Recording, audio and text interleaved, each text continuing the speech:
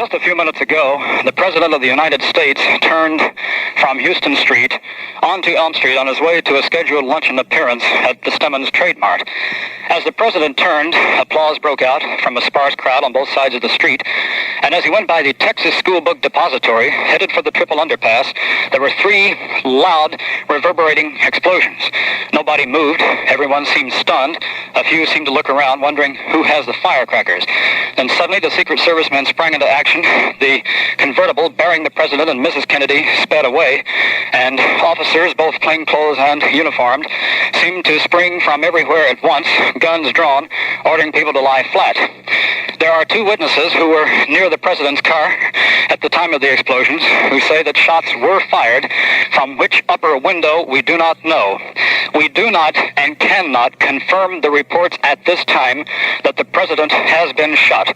One witness says he definitely was shot, that he was hit twice, that he saw the President slump in his seat. As I say, this is not confirmed at this time. From where I am, the police have two witnesses. They are bringing them in now. I'm in the Texas School Book Depository building. They're bringing some witnesses in now. We will try to learn further and relay word to the station. Stay tuned for further details. This is Pierce Allman from the Texas School Book Depository building for WFAA News.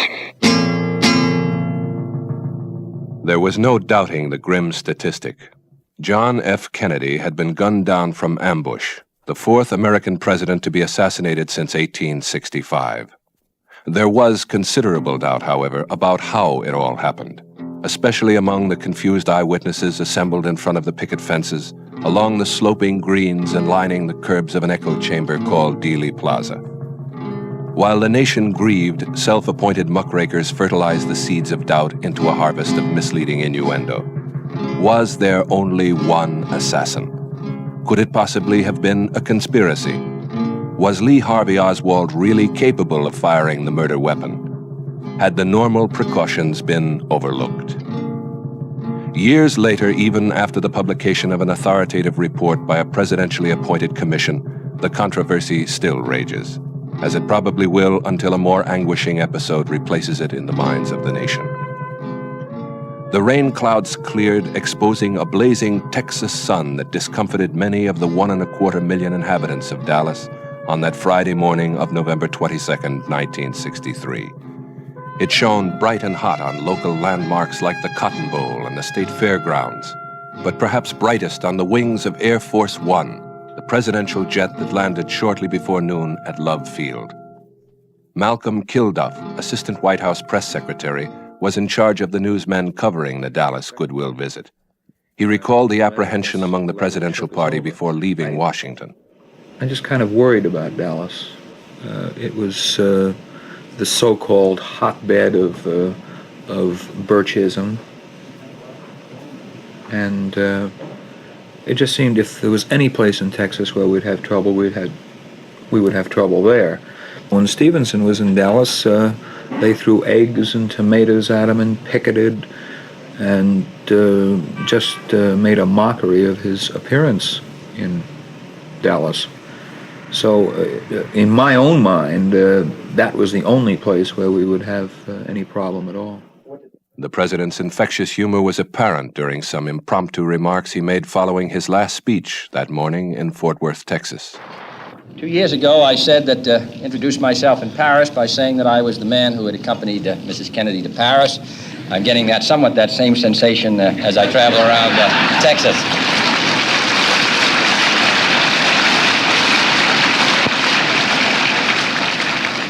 Nobody wonders what Lyndon and I wear, but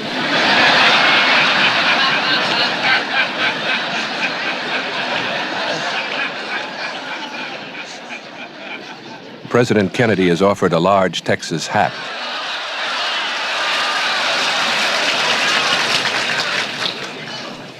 I'll put it on in the White House on Monday. If you'll come up there, you'll have a chance to see it there. I expressed concern and said I'd be glad when we're out of this stop. When we got on the ground, the welcome was tremendous. It was heartwarming. The whole motorcade was heartwarming. It was a complete surprise to me because we saw so little anti-Kennedy feeling that I felt greatly relieved, and I was perfectly relaxed. In the wire service car, we were just more or less chit-chatting and remarking on the fine turnout and the very friendly turnout. The 15-car motorcade, reaching the end of its procession through the city, turned right past the tall buildings on Houston Street and left on Elm into Dealey Plaza. The first time I heard a shot was just after having said to Merriman Smith, after looking at a sign, "What in the world is the Texas Book Depository?" My first impression was it was a firecracker. But the second shot, for some reason, we instinctively felt it was a rifle shot. Then when the third shot came, which was nearer to the second shot than the second was to the first,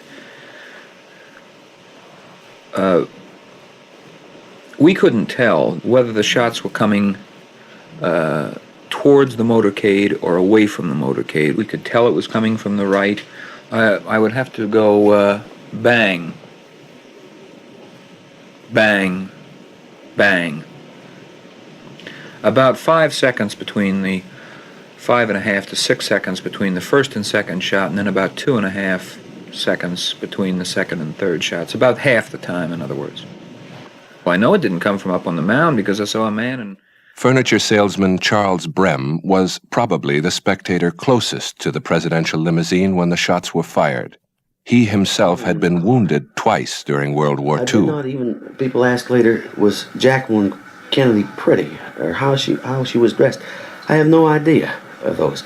I was so fascinated by seeing the President of the United States that I couldn't take my eyes off of him. And when that first shot went off, I thought it was a backfire from a motorcycle. But when his hands went up to the side, then I realized, my God, he has been shot. And I grabbed the boy and threw him on the ground and fell on top of him, a natural infantry instinct that came to me. But there only were 3 shots. It was not a gang shooting. It was a third wasted shot that from the sound of it, and I'm taking into account that I've heard these things go past me before, and I'm taking into account that I stopped a couple of them, that third shot came nowhere near the parade. I felt that was the hurried shot. I would say on the first shot, I was possibly 30 feet maximum from him. Now, the car was approaching, so on the second shot, it was not more than 15 foot away when it happened. And that is on an almost direct line and 1 traffic lane away because he had stayed fairly well in the center lane. It was clearly visible that he had been hit in the head, and that even in my position in life, I could see that the damage was severe to his head.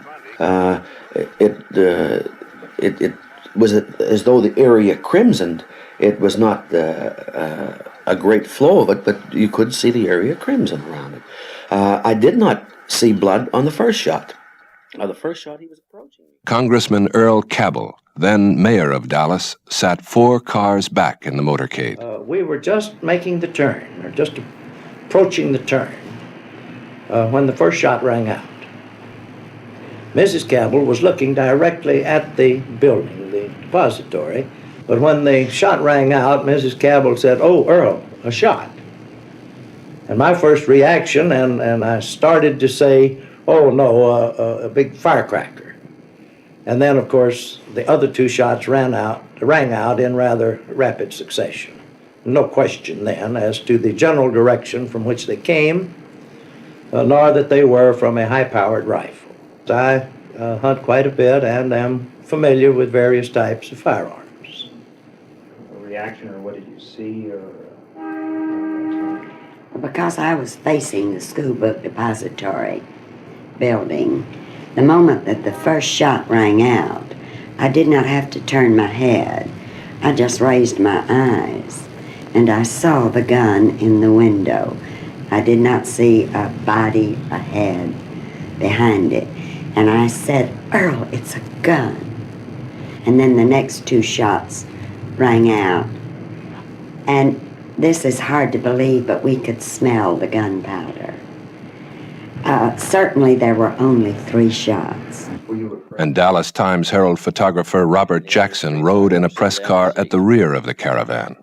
And we looked around, and I just looked straight up ahead, and the first thing I saw were these 2 Negro men in the window. And immediately my eyes just followed up to where they were looking, and that's when I saw the rifle. And I saw an old figure behind the rifle. All I could see was about 3/4 of the rifle, and maybe for no more than a second. And then it was drawn fairly slowly into the window, inside the window.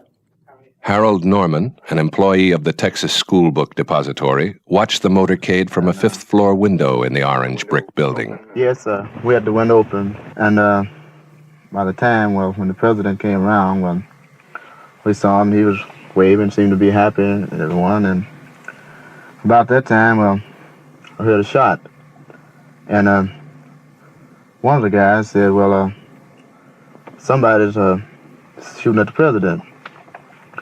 I knew it was someone, the shots came from above us. I didn't know who it was or where, but I knew they were above us because I could even down hear the empty cartridges hitting the floor, and I knew the shot came from above us.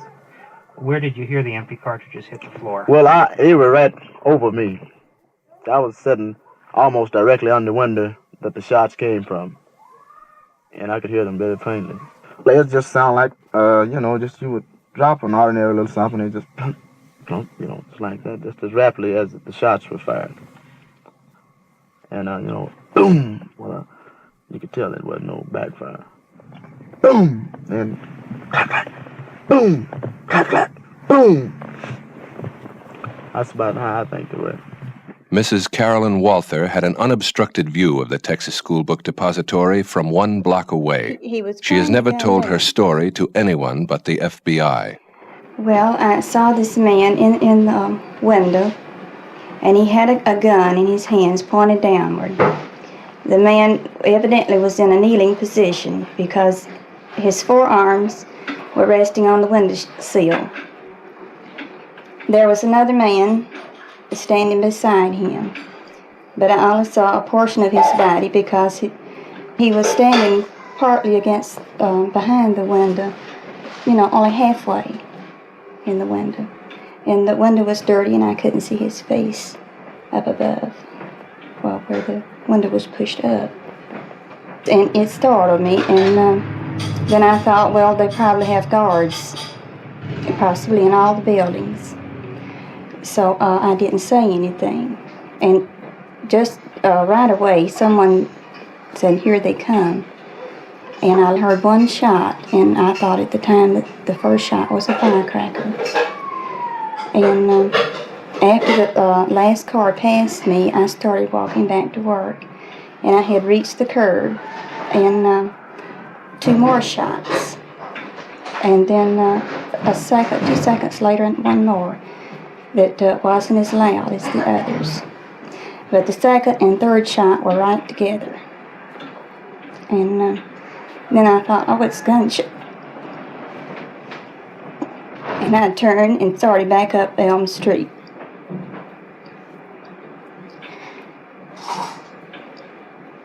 And a woman looked at me and pointed at this building. And she said, "He is in that building." Kilduff indicated his anxiety for the mortally wounded president. But of course, still, we didn't know who had been hit or why or anything else. The only other indication that we had that there was something wrong in the first car was that we could see Agent Clint Hill jump off the running board of the follow-up car and run up to the president's car and jump on the rear platform of the president's car. That platform today, of course, is always manned and protected. President Kennedy did not like to have agents riding on the car itself. He would not permit it. And we could see Clint Hill jump on the rear end of the car and Jackie reaching out for him. Mayor Cabell describes the mad dash to Parkland Hospital 4 miles away. And we knew then, when it went out Stemmons Expressway, the remark was made, well, we're either going to Love Field or to Parkland Hospital. And of course, when we turned off at Industrial, it was obvious that we were headed for Parkland Hospital, which was only a short distance from the scene. We followed the presidential car and the vice presidential car to the hospital. And I jumped out and advised Ms. Cabell to stay with the car, and I was there in time to help get both the governor and the president on their carriages for wheeling into the operating room. And Kilduff recalls the gravity of the situation. We pulled in right behind the car at Parkland Hospital, and of course looked into the car, and it was by then, of course, we immediately knew what happened. I saw the president's head, which of course was in terrible condition. It was a mass of gore is what it was, to put it very bluntly. And I don't mean to sound crude, but it's the only way that it can be said. It was just blood. It was just a mess. Just a terrible mess. Massive blood transfusions during a 15-minute operation failed to save the president. He died on a stretcher cart at approximately 1 p.m. The Very Reverend Oscar Huber, pastor of the Holy Trinity Church, administered the last rites in Trauma Room 1. Immediately. As I walked in, I saw the president lying on an emergency table. I noticed that his lower extremities were extremely white, and the thought came to me, there's no blood in this man. He was covered with a sheet from his head down to below his knees. And the president's wife was standing at the right side of the president. And I walked around her and expressed my sympathy briefly, and immediately gave conditional absolution to the president. I removed the sheet down to the tip of his nose, and I anointed him with the holy oils, giving him the extreme unction, as we called it at that time. Is now called the sacrament of the sick. And put the sheet back over his face. And I did not know where he had been shot, where the bullets had struck him, and I had no thought of looking for anything like that. So then, shortly after this, the crowd in the emergency room dispersed, and I went out into the corridor. The president's wife was seated in a chair. I walked over to her and expressed my sympathy to her and that of my parishioners, and she thanked me very graciously and asked me to pray for the president. But I will never forget, of course, the agonized look on the president's wife's, on what shall I call her, Mrs. Kennedy's face. She seemed to be in a daze. She couldn't believe what had happened. And the same spirit, I think, pervaded the entire group there in the room. They were standing there in a daze, couldn't believe that such a thing could have happened. Mrs. Cabell remembers the First Lady's serenity. I believe after Father Huber arrived and gave conditional absolution, it was then that the doctors asked her to wait outside. She was sitting in a straight chair up against the door of emergency room number 1 when I walked up with the gentleman who had come out to the car and asked me if I would go in and sit with Mrs. Kennedy, because it seems that her secretaries then were back in the press room. And as for women, she was alone, because Mrs. Connolly had gone up by this time to the operating room with Governor Connolly. And I walked up to her, and it was very difficult for me to say anything, of course.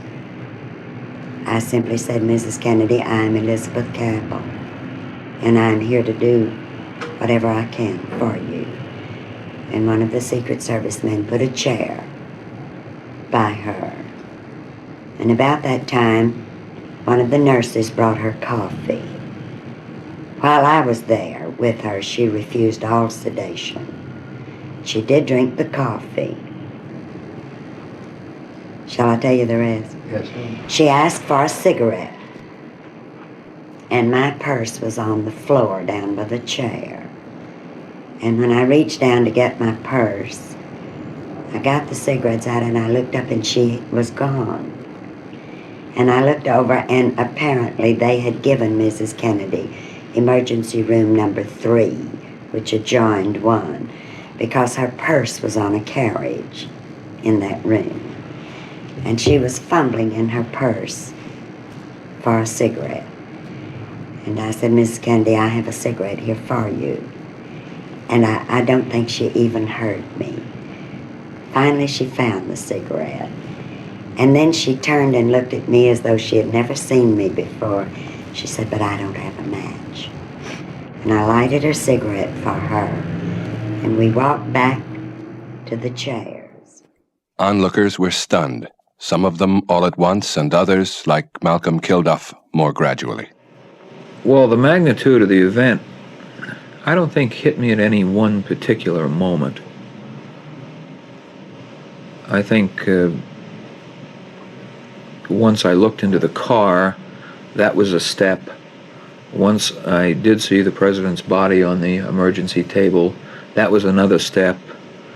When a Secret Service agent told me he was dead, that was another step, and it came in a succession of steps over a period of maybe 20 minutes.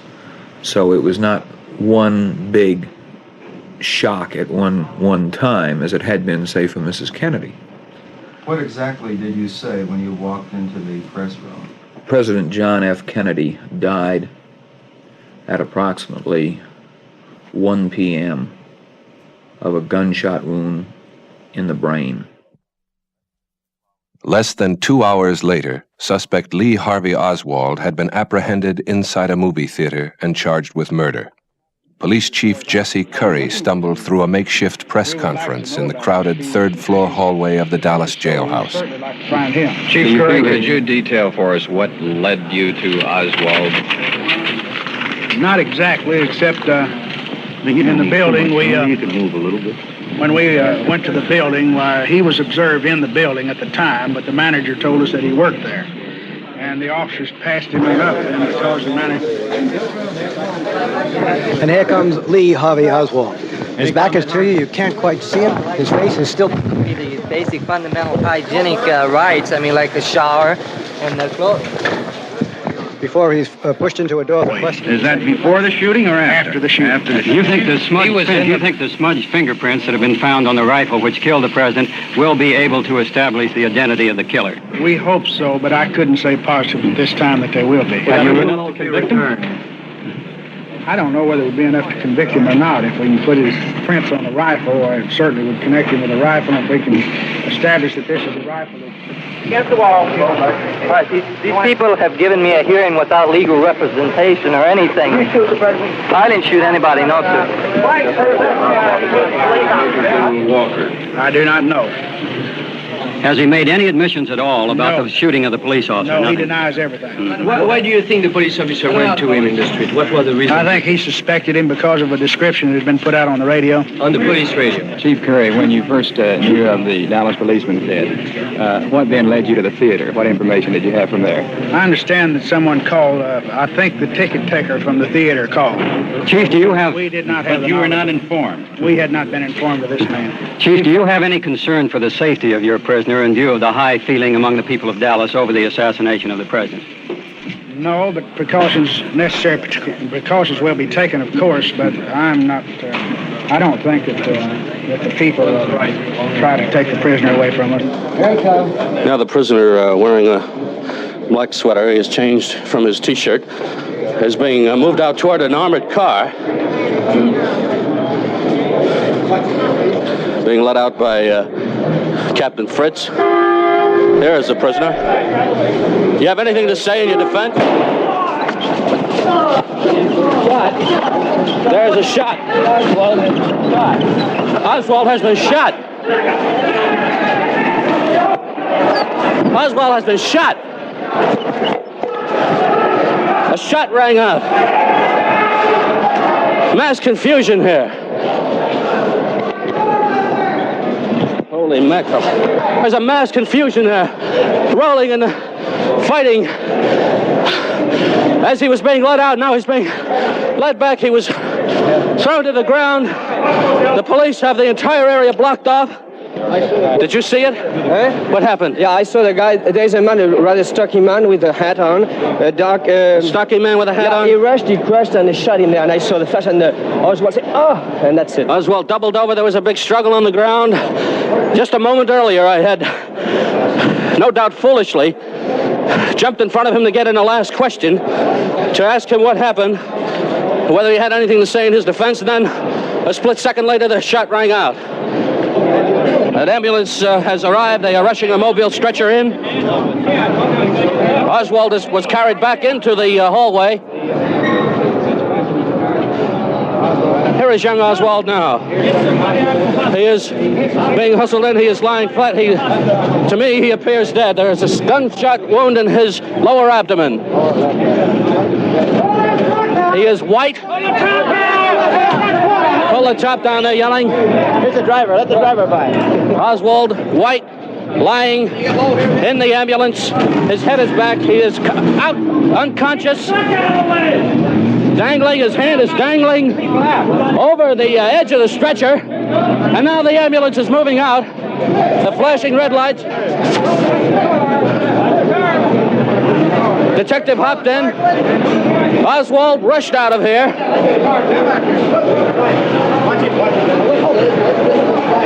Tremendous struggle on the ground.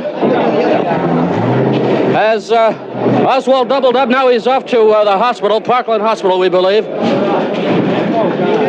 we leave? Here are some police officials. Who was he? Jack Ruby is the name. Jack Ruby? Ruby, Carousel Club. He runs the Carousel Club? My statement will be very brief. Oswald expired at 1:07 p.m. He died at 1:07 p.m. We have arrested the man. The man will be charged with murder. Just 7 days after he was sworn in as the 36th President of the United States, Lyndon B. Johnson signed Executive Order number 11130, appointing a 7-man commission to satisfy itself that the truth about the assassination is known as far as it can be discovered. Headed by Supreme Court Chief Justice Earl Warren, the Blue Ribbon Panel and its diligent staff devoted 10 months to investigation, while checking the statements of more than 25,000 individuals. The Warren Report, a 912-page summary of its findings, was published in September 1964. 26 additional blue cloth-bound volumes of testimony and exhibits were released a year and a day following the death of the president. The encyclopedic evidence amassed by the most painstaking murder investigation in history concluded that Lee Harvey Oswald acted as a lone killer. In the wake of the report, the myth-makers enjoyed a field day. An American expatriate living in Paris wrote a book which linked Oswald to an international conspiracy, a theory that gained wide credence throughout Europe. A California swimming pool engineer sold transcripts of radio broadcasts on which he revealed that it was not John F. Kennedy who was mortally wounded riding in the presidential limousine, but actually police officer Tippit, who was supposedly impersonating him. Dozens of periodicals published as many wild-eyed theories, everything from sublime criticism of the Commission's methods to ridiculous questioning of its integrity. All of these writings have had an unsettling influence on public opinion. Mark Lane, the controversial author of the best-selling book Rush to Judgment, has triggered the most consistent fusillade of shotgun attacks against the Warren Commission. Referring to yellowing newspaper clippings supporting his stand, he commented on Connolly's statement. Next statement, in an effort to support the president, evidently after a call from the ranch, the governor referred to me as a journalistic scavenger. I'm not a journalist of any kind. I'm a lawyer in the first place. Scavenger is defined by Webster's New International Dictionary as one who wishes to dispose of rejected remnants. I would like to dispose of the rejected remnant of the Warren Report, which I think is the one obstacle which stands in the way of the American people securing a new investigation to find out who killed our president and why he was killed that day in Dallas. During 3 months in 1966, he made 285 appearances on television, radio, and in lecture halls, delivering his defense brief for the late Lee Harvey Oswald. Fellow skeptics praised Lane for his indefatigable discourse against the establishment. His charges against the commission became topic A at social gatherings throughout the nation. People began wondering whether as thorough an investigation had been conducted as might have been desirable. Detractors scorned him as a self-aggrandizing opportunist who ignited the flames of suspicion with nothing more incendiary than allusion and insinuation. In his 2 appearances before the Warren Commission, however, his refusal to answer vital questions made one wonder about his motives. His wily showmanship helped sway millions of converts, but there were still millions more who realized that Rush to Judgment really belonged on top of the fiction bestseller lists. I think the evidence is conclusive that shots came from 2 different directions, thereby precluding the possibility that Oswald was the lone assassin, of course. I think that there's no question, but had Oswald been tried, he would have been acquitted. That does not mean to say that I'm certain that he is innocent, but certainly his guilt has not been proven, and a whole vast series of episodes and activities raise serious questions in my mind as to whether or not, some 2 months before the assassination, an effort may have been underway to frame Lee Harvey Oswald. UCLA law professor Wesley J. Liebler, an assistant counsel for the Warren Commission, had been recommended for this critical post by the University of Chicago Law School. For the 10 months that the commission was convened, he functioned as devil's advocate to other members of the commission, thereby imbuing the judicial body with a built-in system of checks and balances. Relaxing in his California beachfront apartment, he reviewed the evidence. Well, the strongest evidence that Oswald was the assassin, and let me say that there was no indication that there was anybody else involved with him, was that he'd owned and possessed the assassination weapon. His purchase of the rifle was established late on the night of the assassination itself. The FBI traced the assassination weapon from the importer to Klein's Sporting Goods Company in Chicago. They went to Klein's and found the order and the other records of the transaction by which Oswald had bought the rifle. They were right in the middle of a long strip of microfilm. It would have been impossible to have fabricated or forged that kind of evidence. The order form and the envelope and the money order that he paid for the rifle with were all filled out in Oswald's handwriting or printing. And the rifle was sent to Oswald's post office box in Dallas, just as directed by the order. That same rifle was found on the 6th floor of the depository right after the assassination. It was identified by the Dallas Police Department Crime Laboratory, and it had Oswald's right palm print on it. The bullets that inflicted the wounds were fired from that rifle to the exclusion of all other weapons, and the autopsy report on the president indicated with scientific certainty that all the shots that struck him were fired from behind and above, and that's the location of the 6th floor of the school book depository building. The morning of the assassination, Oswald carried a long brown package into the book depository. That package was found on the 6th floor near the assassination window.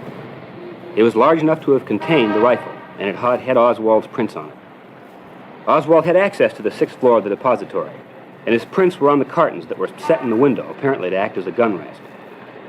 His presence at the time of the assassination was otherwise unaccounted for. One eyewitness stated that Oswald was in fact the man firing from the window, but it was not a strong identification, and the commission did not rely on it in establishing the fact that Oswald was the assassin. Oswald subsequently killed police officer Tippett.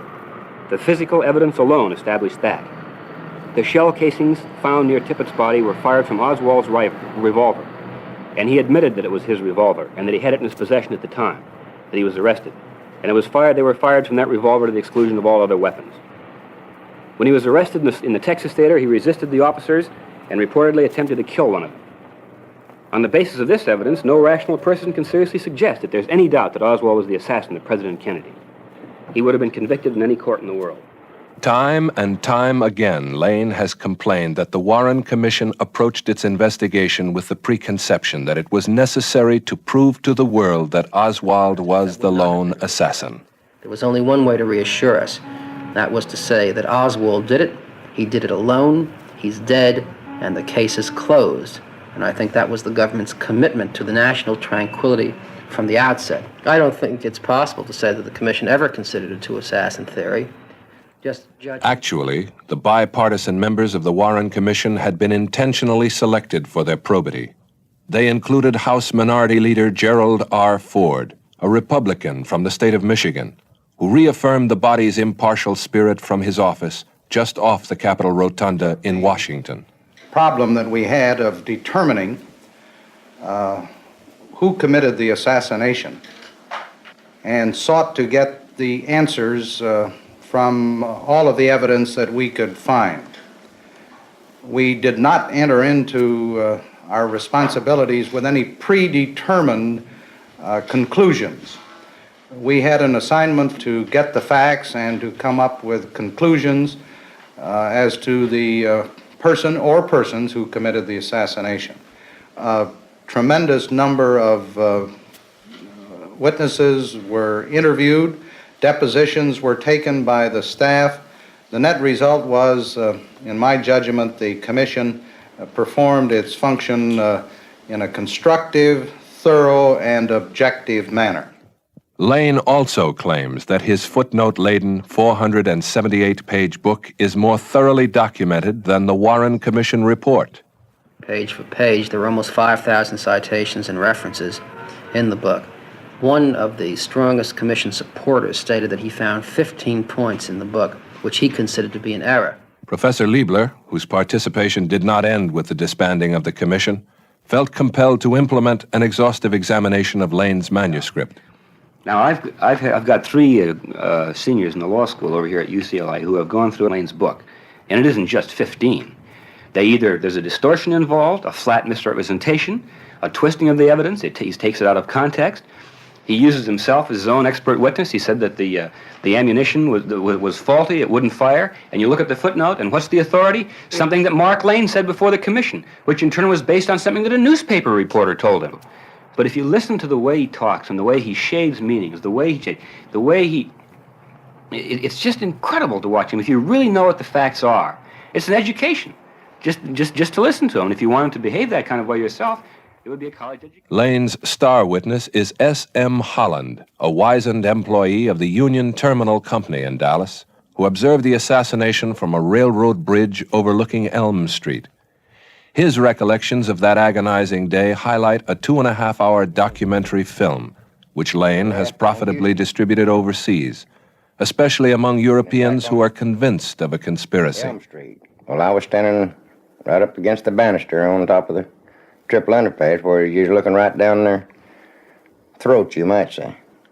Naturally, I had my eye on the president's car, and the first loud report, well, he kind of slumped forward a little bit, and his right hand went up to his neck.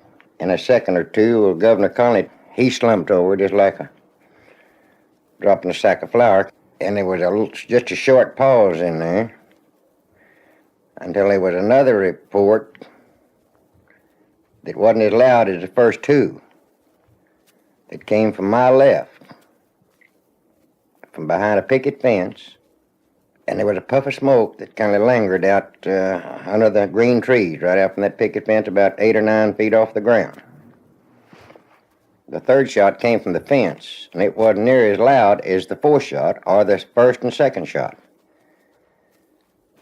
What were the Secret Service men in the front of the car doing when this happened? Well, he was standing up with his machine gun pointed in the direction that I saw the smoke and heard the shot come from. And which way did he look? He was standing up with that submachine gun pointed in that direction of that picket fence. Have you read the... Harold Weisberg, the author of another Warren Commission critique, Whitewash, points out a major error in Holland's observations. He gives us graphic story, and it's all, I'm certain, completely truthful. But then he says something that couldn't possibly have happened. And I saw the Secret Service man in the front of the president's car get up and wave a machine gun. Now, there happens to be an existing film of this, Zapruder's film. There also happens to be that Kellerman had to be sitting down to perform his function and was sitting down. The only other Secret Service man was Greer, who had both hands on the wheel. Weisberg, like countless assassination buffs, is so thoroughly obsessed with refuting the 26 volumes of Warren Commission testimony and evidence that he can cite chapter and verse by rote. Weisberg typifies the critics who work from a more passionate preconception than those whom they criticize. He belongs to an informal alliance of individuals determined to poke holes in the Commission's findings. Mark Lane is the group's most voluble spokesman. At the present time, there's a network, in fact, there has been for almost 2.5, or almost 3 years now, of people throughout this whole country, housewives and an editor in Texas and a lawyer in Philadelphia and a student in Los Angeles, all over the country. There are persons who belong to this unorganized, quiet network of people who have 26 volumes of evidence in their homes, who go over the material, who clip newspapers, and who correspond in one way or another with one another. Mrs. Shirley Martin, a fan of Agatha Christie, functions as the Midwestern axis for the Housewives' Underground. Protected by a chain-link fence surrounding her Owasso, Oklahoma home, the blue-eyed mother of four laboriously combs newspaper clippings, magazine articles, and the Warren Report itself, seeking even the most trivial inconsistencies. She has spent up to $200 a month telephoning acquaintances like Sylvia Marr, a researcher who closeted herself in a Greenwich Village apartment for nearly a year and compiled her own polemic index to the 26 volumes. Mrs. Martin has visited Dallas 7 times, armed with wire recorders sewn into her purse. Her family often accompanies her, bearing cameras, stopwatches, and notebooks in which they cross-check the whereabouts of citizens they feel should have been interviewed by the Warren Commission. When people pin me down, I feel that I haven't accomplished anything. If I've accomplished anything at all, it may be that at least out of all the drippy women in Tulsa who are housewives and all the boring people that exist in this city, I was the only one who did go down. And at least I'm grateful for that. I mean, I can sit around ticky-tacky like everybody else, but I can look back and say, well, at least when Kennedy was killed, I didn't sit on my rear end in Tulsa and say, oh, well, you know. It was the first week of December that I called Mama for the first time. Mama Oswald, you know, she's such a character. Working on the telephone, Mrs. Martin provided many leads for Lane, using her best sorghum sweet drawl to arrange the initial interviews. Charles Brem, the closest eyewitness to the assassination and a World War II combat veteran, recalls his experiences with Mrs. Martin. And she at this time asked me if I saw a piece of the president's skull fly to the left. And again, she called and identified herself and told me that they were making a documentary film for educational television and asked me if I would give them a statement. Well, a couple of station wagons pulled up at the house on the appointed day, and sound equipment was put in here, and really, if I hadn't had that one trip to Hollywood, I would have been amazed by the equipment and things that were brought in here. And this gentleman who was... Brem unknowingly became a featured player in Lane's film, as well as a prime example of Warren Commission laxity, according to Lane. Brem is not particularly pleased with Lane's interpretation of what he said. He said was correct, but it's the way the quotation marks are put that disturbs me. Mr. Lane, and here's the quotation that he gave of my quotation. I saw the effect of the bullet upon the president's head. As the bullet struck his head, a portion of the president's skull was driven backward and to the left, over the rear, and to the left, over the rear and left of the car, indicating that the fatal shot came from a right front area, not from the rear, not from behind the limousine, and there ends the quotation marks.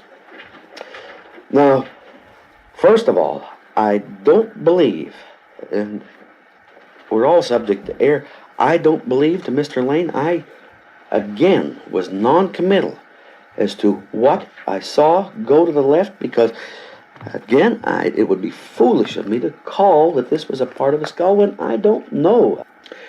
What is added into the quotation marks, indicating that the fatal shot came from a right front area, not from the rear, not from behind the limousine, quotation marks, are his additions to what I said. I did not at any time indicate, nor do I want to now, or will I ever say that those shots came from anywhere but the one place, the first place that we spoke about. Lane also suggests that he worked closely with 31-year-old Edward J. Epstein, whose master's thesis in government at Cornell University developed into the book Inquest. Epstein denies any contact with Lane beyond several inconsequential meetings. His book scores the Warren Commission for what he terms its hasty, superficial procedures. It also casts grave doubts on the accepted theory that the president and Governor Connolly riding in the jump seat in front of him were pierced by the same bullet. A stripped film taken by an amateur photographer, Abraham Zapruder, and they counted the frames on this film between these 2 points that they had determined.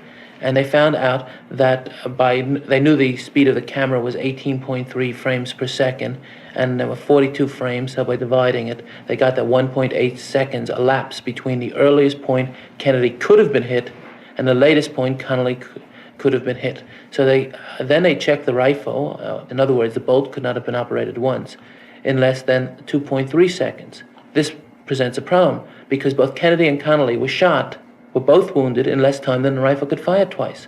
Well, how do you explain this? One way is to say, well, there was a second rifleman firing. The only other way is to say both men were hit by the same bullet. And this became known as the single bullet theory, where both Kennedy and Connolly were hit by the same bullet, and then a second bullet missed, and a third bullet was the fatal bullet. Congressman Ford, himself a veteran under fire during the Second World War, explains the theory finally accepted by the Commission. There's substantial medical evidence over the years that individuals can be hit by a bullet and not know for a period of time that they have been hit by a bullet. The mere fact that a person doesn't react promptly doesn't prove that the body has not been hit. Numerous critics have questioned the Commission's failure to minutely examine the X-rays and autopsy photographs of the late president. Congressman Ford explains the reasoning of the Commission. 7 members of the Warren Commission are laymen. We're not medical men. Therefore, we were not qualified to take an X-ray, look at it, and analyze it and come to any sound conclusion. I must say, when one of my children breaks an arm and the doctor shows me the X-ray, doesn't mean very much to me. The doctor knows about the X-ray. We did the best thing, in my judgment. We got the technically trained people to come and testify under oath as to their opinion on what the X-rays and the photographs meant. Another veteran of the lecture tour is Penn Jones, Jr., the elfish author of a widely accepted, although totally incredible bit of mythology called Forgive My Grief. He sells his book just inside the front door of the Midlothian, Texas Mirror, a weekly newspaper which he edits and publishes just 23 miles from Dealey Plaza. 3 portraits of the late president, affixed to one of the building's walls, are dwarfed by 2 larger posters of other Jones heroes, Batman and Robin. The list of deaths Jones relates to the assassination, known colloquially as the Kennedy Curse, even includes the late columnist Dorothy Kilgallen, who purportedly conducted an exclusive interview with Jack Ruby and was therefore fingered for extinction. Another name on the list is William Whaley, the cab driver who drove Oswald away from the Texas School Book Depository and later expired in a head-on automobile collision. Epstein notes the delusions in Jones' macabre theory. You might consider, but people who die in automobile accidents, a taxi driver in downtown Dallas that gets hit by an 83-year-old woman. What is the woman? Some form of kamikaze pilot that's going to commit suicide to kill him? I mean, seriously, what possible plot can you arrive at? She was driving in the wrong lane, and Liebler told me he's afraid to cross the street now because if a car accidentally hits him, I was with him on the street and he's scared to death. Meanwhile, Jones' own investigations have uncovered what he considers to be significant facts concerning the activities of the 3rd major participant in that tragic weekend in November, Jack Ruby. This. I have it on good authority that not only does he have a wall-to-wall carpeting in his cell, but he also has color TV and he has meals ordered to his pleasure.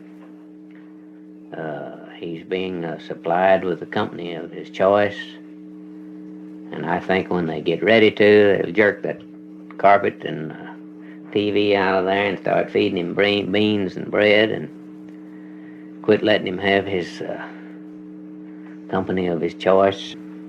And he'll never leave the police authorities in Dallas alive. That's my flat prediction. Before Ruby was transferred from the Dallas County Jail to Parkland Hospital for treatment of a massive cancer infection, he was guarded around the clock in solitary confinement. There were no windows in his Spartan cell. A naked light bulb shone above him 24 hours a day. Thinking back 3 years, Ruby lay in his hospital bed and recounted the events regarding his killing of Lee Harvey Oswald. Without further ado, it's a gate there. Tell Red Alliance to do. Well, I went to the Western Union to try to send the money. And naturally, the clerk took my money. After he took the money, I turned away and walked out. I walked down the street, and the curiosity had aroused me because of the flash in my mind, seeing the people there before I went into the Western Union as I drove by on Main Street. On the south side of Main Street. So I walked towards the ramp. I noticed the police squad car on the head of the ramp and an officer leaning over talking to him with his back to me. All I did was walk down there, down to the bottom of the ramp, and that's when the episode happened. At the bottom of the ramp. Did you recognize anybody when you reached the bottom of the ramp? No, but I recognized the police officer in the car that was in the car. He was Lieutenant Sam Pierce, and this other man was just talking to him. When did you finally realize that something had happened there? Well, it happened in such a blur that it happened. It happened in such a blur that before I knew it, I was down on the ground. The officers had me on the ground. Had you realized you had done anything? Well,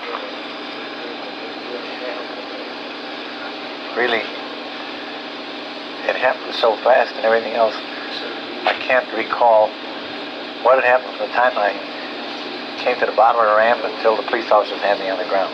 You have no recollection? No. But I know that they were holding my hand, grappling for the gun. Did you ever know Oswald before? Never have known him or seen him before. Had you ever planned anything like this? I was so emotionally upset for 3 days. Is there any truth at all to the stories that Oswald had did in your club or anything? None whatsoever. It's just fabrication. Normally you carried a gun with you, didn't you, Jack? Yes, I did. I always carried a gun because of various altercations I had in my clubs. Then I carried a pretty large sum of money at times. The ironic part of this is, had I made an illegal turn behind the bus to the parking lot, had I gone the way I was supposed to go, straight down Main Street, I would never met this fate, because the difference in meeting this fate was 30 seconds, one way or the other. Did you know when Oswald was going to move, Jack? He was supposed to be moved at 10 o'clock. Right. No. Is there anything else that you think I ought to know, Jack? Well, are you uncomfortable? My rectum is, I'm bedridden, you know? Yeah. You got sores, huh? Not that it's not sores, it's from it's a pain. With Jack Ruby slowly dying from an incurable cancer, it is quite possible that the scavengers will soon descend and make him the next target for doubts, question marks, and profit. Professor Liebler, who has had to meticulously examine the death of Kennedy and its unsettling aftermath, finds himself just as involved in the emotional backwash as every other American. But I think in the case of a president like Kennedy, there's so much emotional response to it that there's almost no way. A trial wouldn't have done it. There's almost no way. I still have. I was up at Life magazine, and we were analyzing the movements of the governor after he'd been struck, trying to analyze the one-bullet theory. And I noticed that 313 was the next frame up. And when you look at that frame in the first generation original, the event is so shattering and so overpowering that it's just... and maybe people... If there's some way in which you could really focus on the nature of this event, what really happened, maybe I don't think people can really admit it to themselves. I mean, I've seen that frame time and time and time again. I've worked with this thing when I was on the commission. I've thought about it since, but when you come down once again and focus on frame 313, the moment of the headshot, it just brings all this stuff back out again. It's incredible. Years following the death of the president, a subdued ambivalence shrouds the city of Dallas. Newsstands at Love Field openly vend picture postcards designating the exact spots on Elm Street where Kennedy was struck. Facing west on the plaza, the citizens of Dallas have erected a perpetual reminder to their city's peculiar role in history. Pillars of concrete flank a bronze slab which describes the events of November 22nd, 1963. A second tablet reproduces a map of the fatal motorcade route. Soot and dust have collected on the scentless plastic bouquets of roses, ferns, and carnations, standing within the open-air memorial. A limp banner hangs from one of the wreaths. Its message to the world is simple, direct, significant far beyond the immediate surroundings. It reads, "Lest we